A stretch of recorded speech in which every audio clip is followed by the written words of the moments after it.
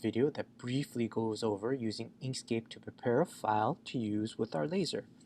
First things first, we want to change the document size. Go up here, File, Document Properties, switch from millimeters to inches, and then we change it to whatever size our material is.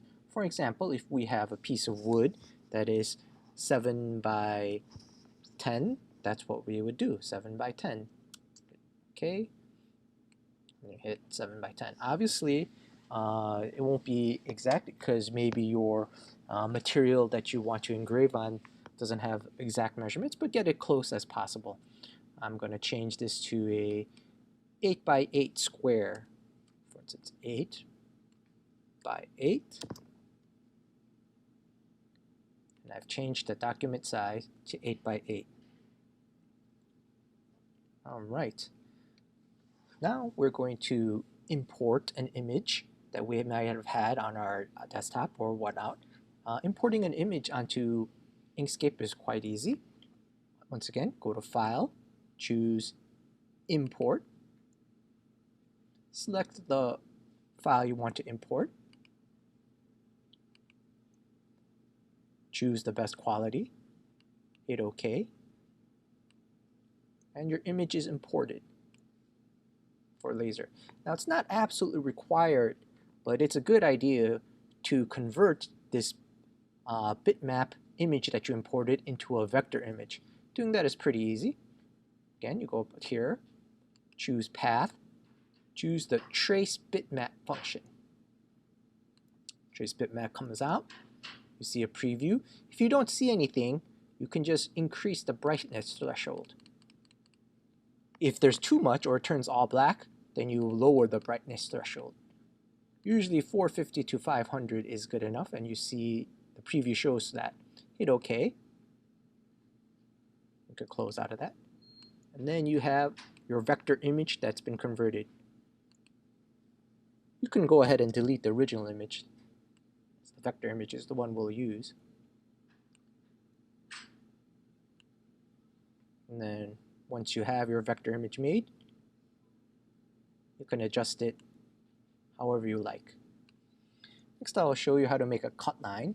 This is a way for the laser to determine to cut the material rather than simply engrave.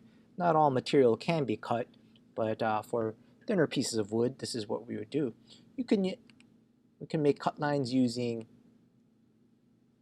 square or ovals or lines.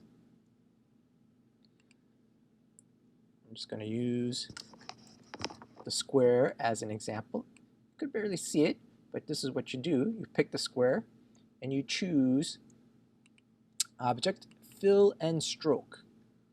And there we go. If I actually turn on the fill, you would see that it turns black. So I'll turn off the fill. Stroke. We have the stroke color as red.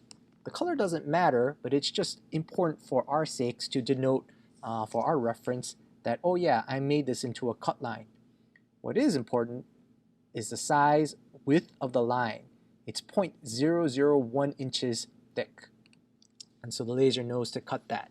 If it was thinner, like 0.1 inch, as you can see here, now it's a thicker. This will just be etched. It'll be etched rather than cut. So let's change that back into 0.001. So now we know that this will be cut. So for our example here, I'll make this bigger.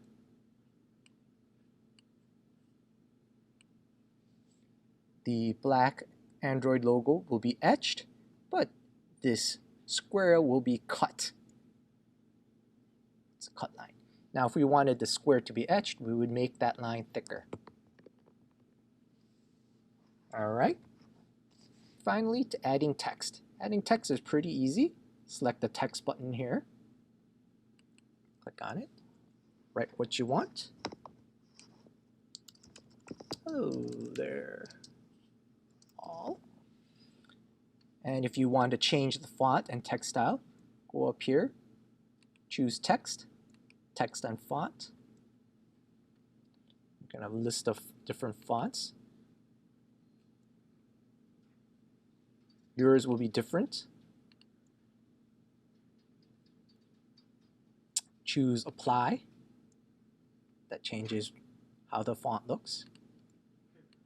Apply changes where the font looks. So that's what you do there. You can close out of this. And then once you have the font the way you like, that's where you can change the size and positioning of the text that you made. So don't worry about the size and positioning when you first make the text, because you can always change it afterwards. That's true for the image you downloaded or imported and the cut lines that you made. You can always change the positioning after you do it to where you like it. Once you have it done to where you like it, you want to save it. I always like to save 2 copies. I save one as an Inkscape SVG. So I'll do it, and logo, save. And I also save one copy as a PDF. Save as. Let's choose PDF. Click Save. This dialog box comes up. It's very important that you choose Convert Text to Pass, otherwise the font won't be saved. Then you hit OK. Now, saving a PDF through Inkscape is different than making a PDF using Microsoft Word or a PDF Creator. It has more data, and it actually has the cut lines and stuff saved as the PDF. So it is a little different. And there you have it.